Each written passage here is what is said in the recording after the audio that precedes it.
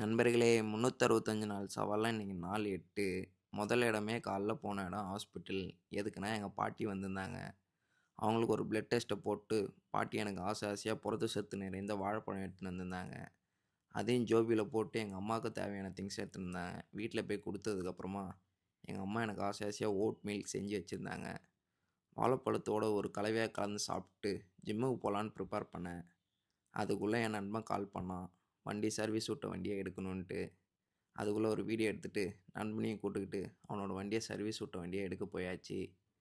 எடுத்ததுக்கப்புறமா ஜிம்முக்கு என்ட்ரி.